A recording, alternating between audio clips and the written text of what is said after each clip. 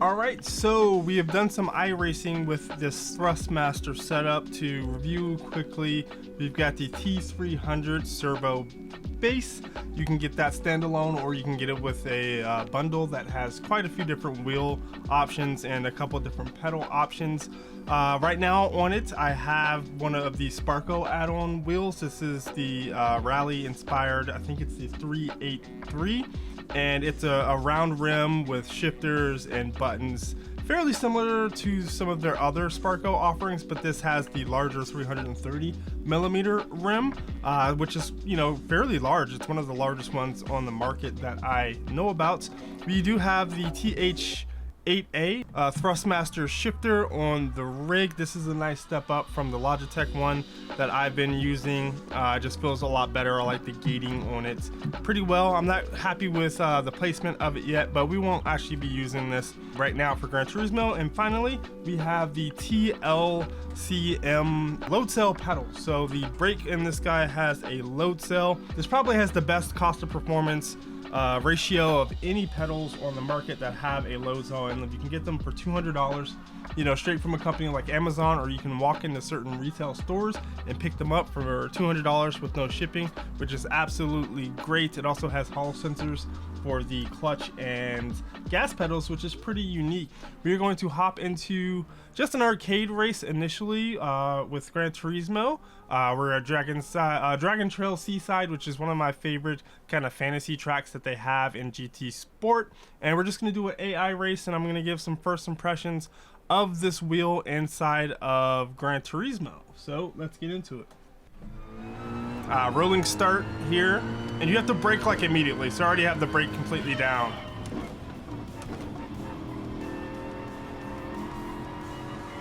Kind of a late apex. Ooh, getting on that strip. I actually like how Gran Turismo gives you kind of curb vibrations through the wheel better than iRacing, which is, you know, a little surprising since iRacing is supposed to be more advanced or hardcore simulator with less gaming elements like Gran Turismo has. I haven't touched the settings so far. I will say that this steering wheel does feel absolutely massive for a wheel like this, for a car like this AMG.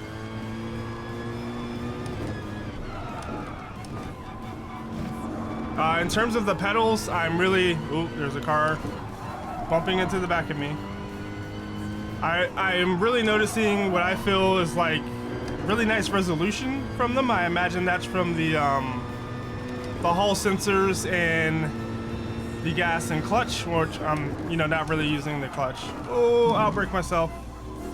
Not really using the clutch at the moment for this car, but the gas, I feel like I can modulate it very, very easily, and it doesn't feel as choppy. Ooh, the chicane of death almost claimed me as a victim. So yeah, the resolution from the gas pedal is really nice, and you know, the load cell brake is the star of the show, so to speak, for these pedals. But I think something a lot of people don't talk about is the fact that, you know, you don't have potentiometers in these pedals. Potentiometers are known to get, they can get dusty and stop working. They can also just wear out over time because they're like an electromechanical part where Hall sensors... Oh, no, I'm not gonna win the race. And I messed up. Well, Hall sensors are magnetic, so there's no kind of physical electromechanical part that's gonna wear out. So that's really, really good. So let's restart this race. All right, I'm getting a little bit more used to the braking. You know, I'm switching over from iRacing. I am noticing that I think I'm gonna want to turn up the torque a bit. I've come to like a little bit of a heavier wheel so that when you know, lose traction, you get a really good idea or impression that you're losing traction, whereas sometimes if you have a lighter wheel and the wheel goes light, I don't know, I just don't feel like I get as much information as I would like. Couldn't go around the outside of that guy.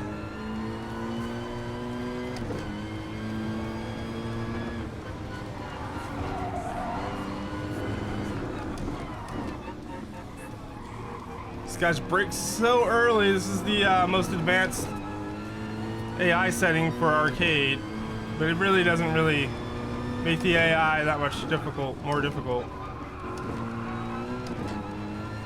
Did not need to shift down there. And probably should have stayed in third gear.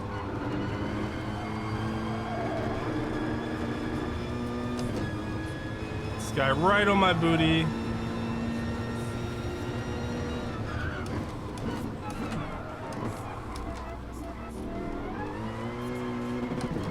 Outbrake myself and did not need to shift down into first gear. The AI in this, I will say, they do not take this chicane complex particularly well. Like, they pretty much stop in the middle of it, whereas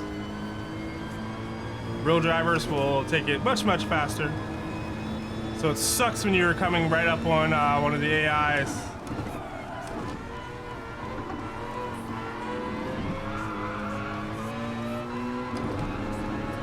And they just like park on the apex of all three apexes in that series of chicanes. The shift again.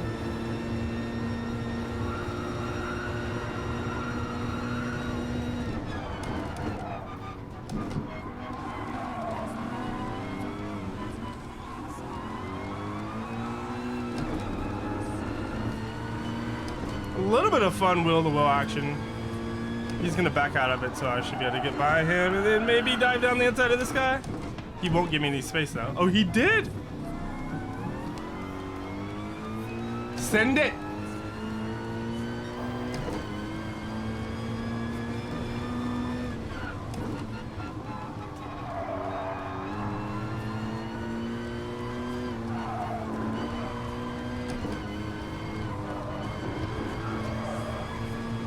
I don't have penalties turned on, so I could be exceeding some track limits pretty hardcore.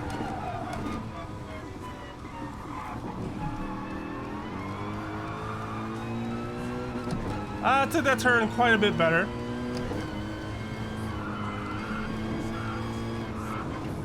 Now I have to wait for this guy to take forever and 3 days to get through this corner and still almost hit him. And I'm not sure, he's like throwing a pick, holding me up for first and second. A little bit of team orders.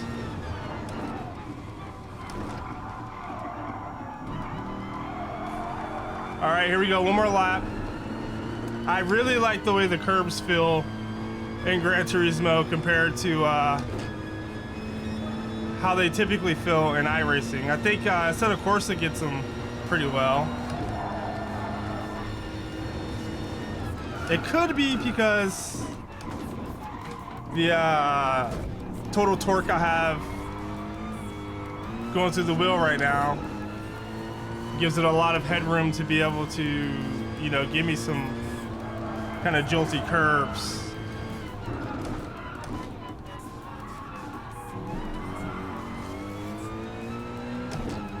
One more car to try to pick off.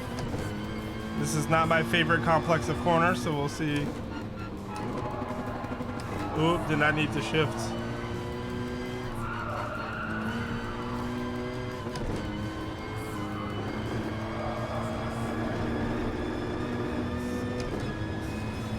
All right, we might have to get him in the final corner.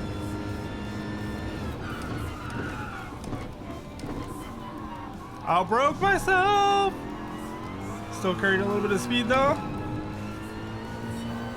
This might be a good gap actually to try to come up to him through the chicane. Oh no, not enough of a gap. No.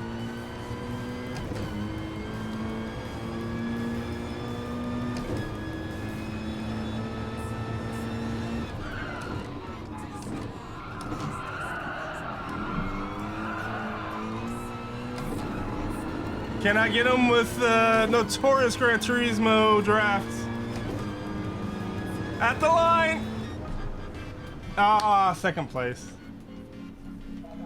It's a podium finish, but overall impressions, plug and play. You know, I do have the T-LCM pedals going through the wheelbase, and I'm not using the shifter, but you get 2 cables for both the shifter and the pedals that come with them, so you can hook them up either through the wheelbase or directly through USB. I like the Alcantara. I'm gonna have to probably start wearing gloves with it so that my sweat doesn't just completely mess them up. The wheel rim feels pretty nice with this wheelbase. I like the shifters. Pretty much all of the shifters seem to feel pretty similar from Thrustmaster. They don't have any magnetic ones or anything like that. Buttons feel pretty decent on them. They don't have a super clicky tactileness to them, but you can tell that you've pressed them.